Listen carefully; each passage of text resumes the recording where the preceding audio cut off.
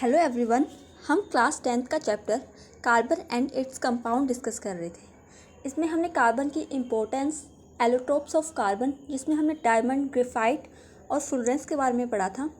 आज हम इस चैप्टर को आगे डिस्कस करने वाले हैं। आज हम इसमें पढ़ेंगे फंक्शनल ग्रुप के बारे में।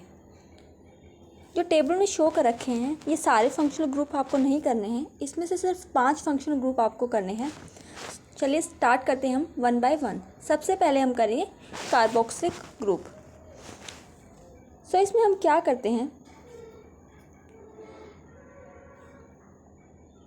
जैसे हमने कार्बोक्सिलिक ग्रुप ले लिया,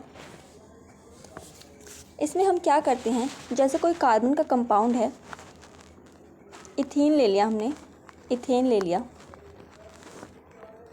क्या होता है, इसमें 2 कार्बन होते हैं और उन पर क्या लगे होते हैं, हाइड्रोजन अटैच होते हैं। तो अगर हम क्या पढ़ रहे हैं फंक्शनल ग्रुप में, सबसे पहले हम डिस्कस करेंगे हैलोजन के बारे में। फर्स्ट जो फंक्शनल ग्रुप है वो आपका है हैलोजन। इसमें हम क्या करते हैं, कोई भी कार्बन का कंपाउंड है उसकी एक पोजीशन से हाइड्रोजन को हटाकर क्या लगा देते हैं वहाँ पर। अगर हैलोजन डिस्कस कर रहे हैं तो हम क्या लगा सकते हैं, उसमें हाइड्रोजन को हटाकर क्लोरीन लगा सकते हैं, Cl, ब्रोमीन लगा सकते हैं या फिर आयोडीन लगा सकते हैं। ये तीनों हैलोजन में से कोई भी आप यहाँ पे लगा सकते हैं। अगर हमने हाइड्रोजन को हटाकर वहाँ पर क्लोरीन लगा लिया तो इसको हम क्या बोलेंगे, क्लोरोइथेन बोलेंगे। क्लोरीन लगा हुआ है और ये 2 कार्बन है तो हम इसको क्या बोलेंगे, क्लोरोइथेन बोलेंगे। हैलोजन वाले फंक्शनल ग्रुप में हम क्या करते हैं, हाइड्रोजन को हटाकर वहाँ पर कोई भी हैलोजन लगा सकते हैं। जैसे हमने यहाँ पर क्लोरीन हटा दिया तो इसको हम क्या बोल रहे हैं, क्लोरोइथेन बोल रहे हैं। वैसे ही अगर हम यहाँ पर क्लोरीन की जगह ब्रोमीन लगा देते तो इसका नाम क्या हो जाता, ब्रोमोइथेन हो जाता। क्लोरीन की जगह हम क्या लिखते, फिर यहाँ पर ब्रोमोइथेन लिखते।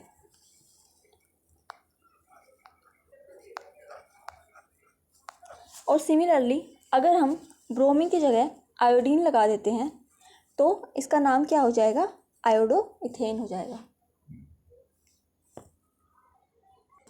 ये था हैलोजन के बारे में।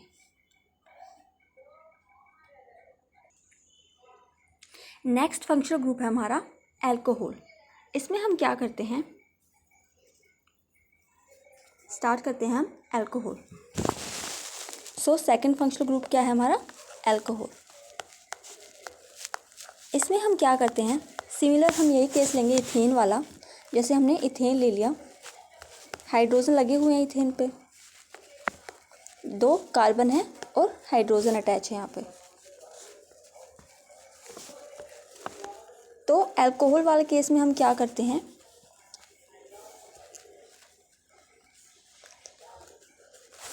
एक हाइड्रोजन को हटाकर वहाँ पर क्या लगा देते हैं, OH ग्रुप लगा देते हैं।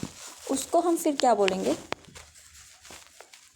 जैसे हमने OH ग्रुप लगा दिया यहाँ पे, अब हम इसको क्या बोलेंगे, 2 कार्बन है तो इसके लिए हम वर्ड यूज़ करते हैं इथ, और OH लगा दिया तो अल्कोहल का Al लगा देंगे तो इसका नाम हो जाएगा इथेनॉल हो जाएगा।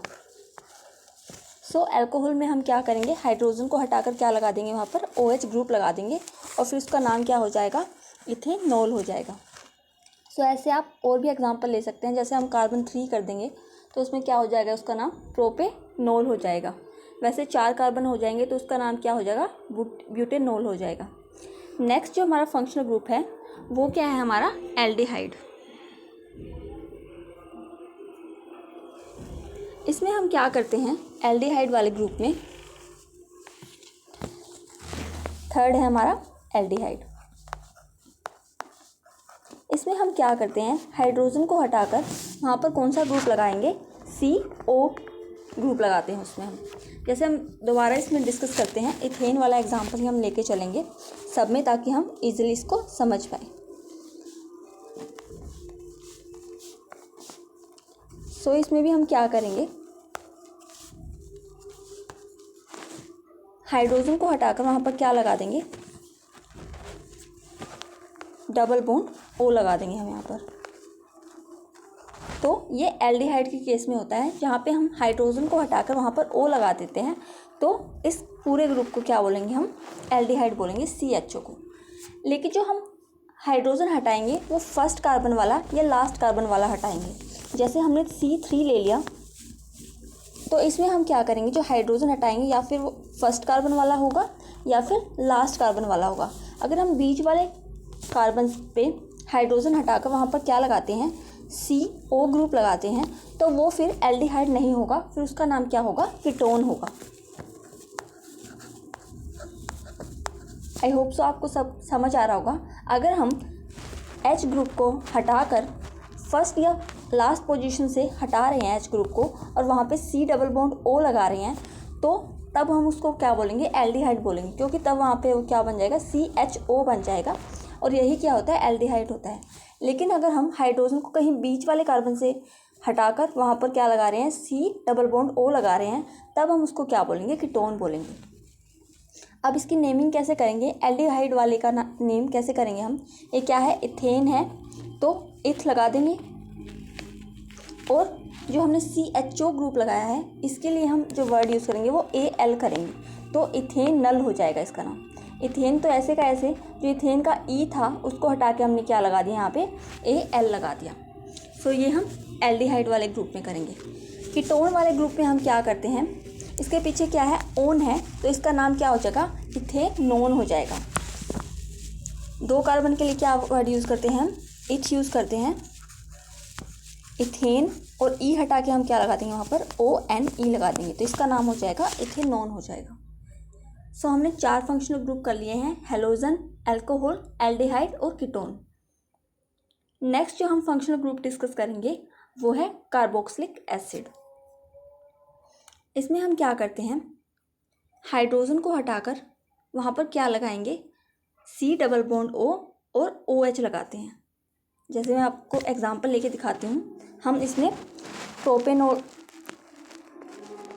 3 कार्बन लेंगे और यहाँ पर हाइड्रोजन लगी होती है, तो हम क्या करेंगे? इसमें हाइड्रोजन को हटाकर क्या लगाएंगे हम यहाँ पर? जैसे यहाँ पर हाइड्रोजन लगी हुई है, हम इस हाइड्रोजन को रिप्लेस कर देंगे और इस H को भी रिप्लेस कर देंगे। इसके ऊपर तो हम क्या लगा देंगे? C डबल बॉन्ड O, और यहाँ पर हम क्या लगा देंगे? OH लगा देंगे। तो इस ग्रुप को हम क्या बोलेंगे? कार्बोक्सिलिक ग्रुप बोलेंगे। और इसका नाम क्या होगा? ये 3 कार्बन है, तो इसके लिए हम वर्ड क्या यूज़ करते हैं? प्रोप। और इसका नाम क्या होता है? प्रोपेन होता है। लेकिन अब हमने COOH लगा दिया, तो इसके लिए हम क्या करेंगे? जो प्रोपेन ऐसे लिखते हैं हम, तो E को हटाकर हम यहाँ पे क्या लगा देंगे? ओइक लगा देंगे, OIC। इसका नाम हो जाएगा प्रोपेनोइक एसिड। सो ये 5 ही फंक्शनल ग्रुप करने हैं आपको इस सिलेबस में। नेक्स्ट जो फंक्शनल ग्रुप है वो हम 11th क्लास में डिस्कस करते हैं।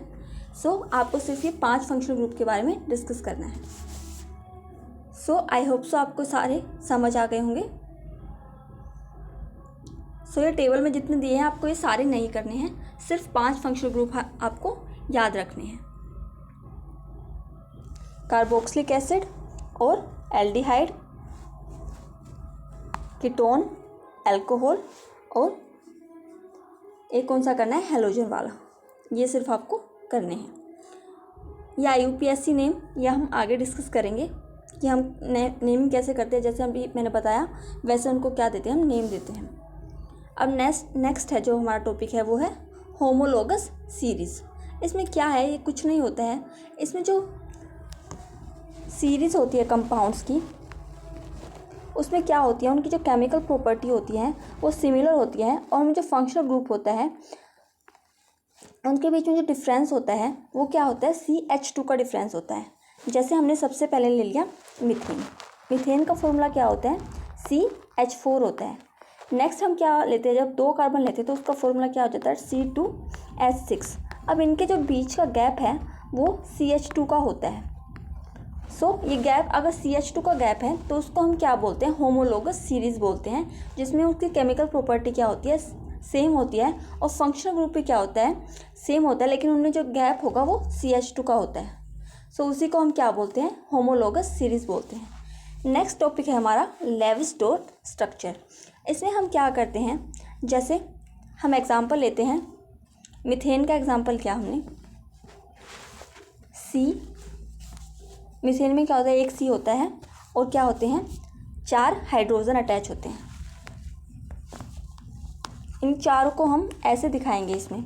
और फिर इसमें क्या होता है, हाइड्रोजन के जो आउटर मोस्ट ऑर्बिट में कितने इलेक्ट्रॉन होते हैं, 1 1 होता है, तो हम 1 को ऐसे डॉट से शो करेंगे। और फिर जो हमारा कार्बन होता है उसके आउटर मोस्ट इलेक्ट्रॉन में कितने होते हैं, 4 होते हैं, तो उनको हम क्रॉस से शो करेंगे उसके इलेक्ट्रॉन को। और फिर उनके बीच में क्या दिखा देंगे, बॉन्ड शो कर देते हैं। हाइड्रोजन को अपना डुप्लेट कंप्लीट करने के लिए 2 इलेक्ट्रॉन चाहिए होते हैं, तो वो यहाँ से अपने 2 इलेक्ट्रॉन पूरे कर लेगा, यहाँ से 2, सारे हाइड्रोजन अपने 2 इलेक्ट्रॉन पूरे कर लेंगे। और कार्बन को अपना ऑक्टेट कंप्लीट करने के लिए कितने इलेक्ट्रॉन चाहिए होते हैं, 8 इलेक्ट्रॉन चाहिए होते हैं, तो यहाँ से इसके 8 इलेक्ट्रॉन कंप्लीट हो गए। तो इनको जो हम बॉन्ड दिखाते हैं कंपाउंड्स के बीच में, वो जैसे CH4 दिखाते हैं हम। तो इसमें सिर्फ आपको क्या करना है, जैसे हम CH4 ऐसे लिखते हैं,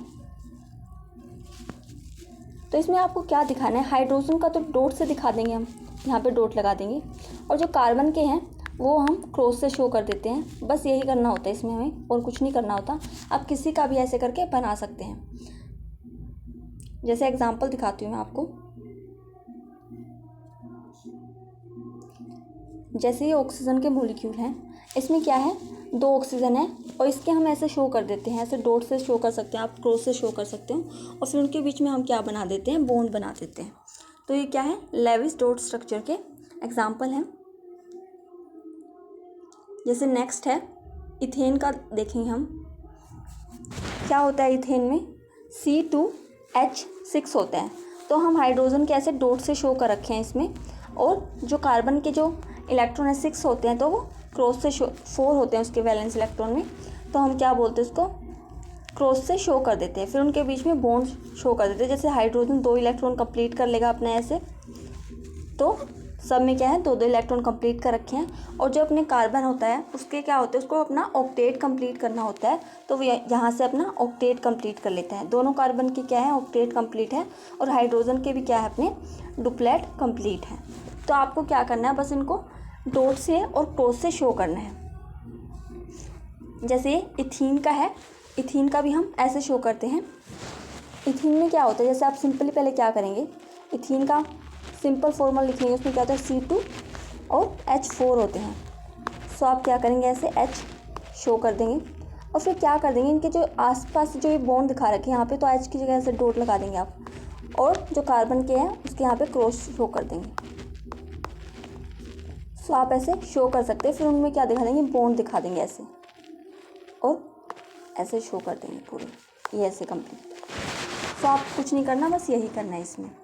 सो हमने लेविस-डॉट स्ट्रक्चर भी कंप्लीट कर लिया है। केमिकल प्रॉपर्टी है जो कार्बन कंपाउंड की, वो हम कल डिस्कस करेंगे। अगर आपको कोई भी डाउट हो तो आप कमेंट सेक्शन में पूछ सकते हैं। और अगर आपको मेरी वीडियो पसंद आई हो तो please like, share and subscribe my channel. Thank you.